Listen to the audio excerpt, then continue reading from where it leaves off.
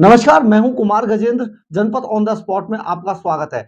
दिल्ली सरकार के अंदर नंबर 2 और केजरीवाल की नंबर 2 मंत्री आतिशी ने आज ईडी को उसकी औकात बता दी। ईडी को औकात इसलिए भी बताई जानी चाहिए थी, जिस तरीके से ईडी अब कार्रवाई करने से चूक रही है और बार-बार वो लोगों को छोड़ रही है, सम्मन जारी करने के बाद उनको पकड़ती नहीं है। इससे ईडी की साख पर लगातार बट्टा तो लग ही रहा था, लेकिन जिस तरीके से पश्चिम बंगाल के अंदर ईडी की टीम पर हमला होता है, वहां की पुलिस उनको साफ तौर से मदद देने के लिए मना कर देती है। इस उसके बाद तो ईडी की जो इज्जत थी वो मिट्टी में मिल चुकी है।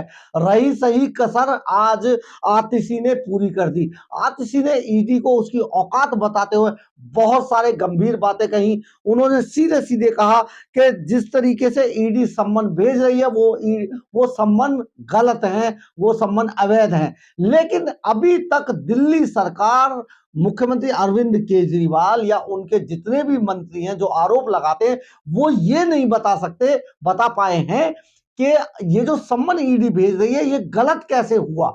इसका कोई अभी तक जवाब नहीं दे पाया। सिर्फ इतना बताते हैं कि ये सम्मन गलत भेजे जा रहे हैं, गलत नियत से भेजे जा रहे हैं। लेकिन क्योंकि ईडी को अपनी साख बचानी है, इसलिए इस पर कार्रवाई तो ईडी को ही करनी होगी। आतिशी ने जिस तरीके से आज ईडी की धज्जियां उड़ा के रख दी हैं, सचमुच शर्मसार करने वाला है। और देश में अब इस मामले के बाद से, हालांकि पश्चिम बंगाल में जो ईडी की टीम पर अटैक हुआ था उसके बाद से ही, लेकिन आज आतिशी ने जिस तरीके से कहा है उसके बाद तो ईडी की मिट्टी में मिल चुकी है पूरी की पूरी इज्जत। ईडी द्वारा सम्मन भेजे जाने पर उन्होंने नाराजगी जाहिर की। उन्होंने कहा सीएम को गैर कानूनी तरीके से सम्मन भेजे जा रहे हैं, लेकिन यह नहीं बताया कि गैर कानूनी सम्मन कैसे होता है। उन्होंने गलत तरीके से गिरफ्तार करने की साजिश रची जा रही है, यह भी आतिशी ने बोला है। हमने ईडी के सम्मन की औकात देख ली है, यानी कि उन्होंने कहा कि ईडी के सम्मन की कोई औकात नहीं है और हमने देख लिया है औकात ईडी के सम्मन की। वह 450 रुपए जेब में रखने वाले किसान को भी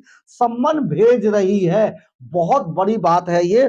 का दरअसल हुआ क्या है, तमिलनाडु के सालेम के दो बुजुर्ग किसानों कान्हायन और कृष्णन को भी ईडी ने सम्मन भेजा है। इनके बैंक खातों में सिर्फ 450 रुपए और ईडी ने इन्हें पीएमएलए कानून के तहत सम्मन भेजा है। मतलब इनके बैंक अकाउंट में 450 ये कहना है आतिशी का। सम्मन की वजह 7 साल पहले इनके खेत की इलेक्ट्रिक फेंस से 2 भैंसों के मर जाने की थी। इसके बाद ईडी ने इन दोनों किसानों को सम्मन भेज दिया है। हालांकि ये सब बातें, अब ये आरोप आतिशी ने लगाए हैं और इनकी जांच की जाएगी कि आखिर ये पूरा मामला क्या है, तभी इस पर कुछ बोला जा सकेगा। लेकिन आतिशी ने आज जिस तरीके से इस सारे मामले को उठाया और ईडी को उसकी औकात बता दी, सचमुच ये बताई भी जानी चाहिए थी। क्योंकि ईडी में बहुत समय से ऐसा भी हो रहा है कि ईडी लगातार सवालों के घेरे में भी आ रही है। जिस तरीके से पश्चिम बंगाल में ईडी के ऊपर अटैक हुआ और ईडी की तरफ से अभी तक कोई बहुत बड़ा एक्शन नहीं लिया गया है, या पुलिस वहां पर मामला दर्ज नहीं कर पा रही है, गृह मंत्रालय ने कोई इसमें कोई एक्शन नहीं लिया है ठीक से, तो ये भी ईडी की साख को गिराने का एक कारण है।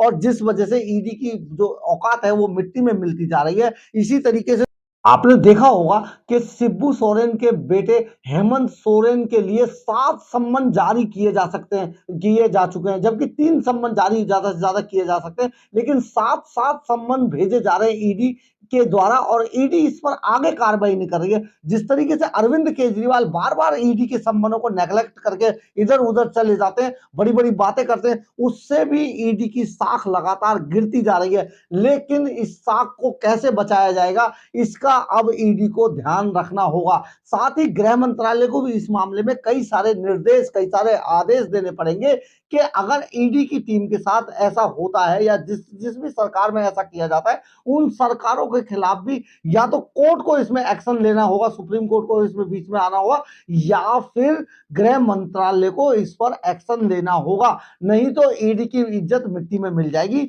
रही सही जो इज्जत थी, जो जो पश्चिम बंगाल में जो हुआ, उसके बाद जो ईडी की इज्जत मिट्टी में मिल गई, और इसके बाद जो हेमंत सोरेन जिस तरीके से उनको नेगलेक्ट कर रहे थे, अरविंद केजरीवाल जिस तरीके से नेगलेक्ट कर रहे हैं और लगातार हमला कर रहे हैं ईडी के ऊपर, तो इससे ईडी की बहुत ज्यादा औकात रह नहीं जाएगी। अगर उन्हें औकात बचानी है तो ऐसे नेताओं को जो आरोपी हैं या जिन पर आरोप है, उनको तुरंत गिरफ्तार करना होगा। ये बड़ा मामला है। नहीं तो जिस तरीके से आज आतिशी ने, जो दिल्ली सरकार में मंत्री हैं और केजरीवाल की नंबर 2 पर हैं अब, हालांकि नंबर 2 जल्दी फंसता है दिल्ली सरकार के अंदर, लेकिन आतिशी अभी बहुत ज्यादा उड़ान भरते हुए लगातार आरोप लगा रही है और हमलावर हैं ईडी के ऊपर, तो ईडी और दूसरी एजेंसियों के ऊपर।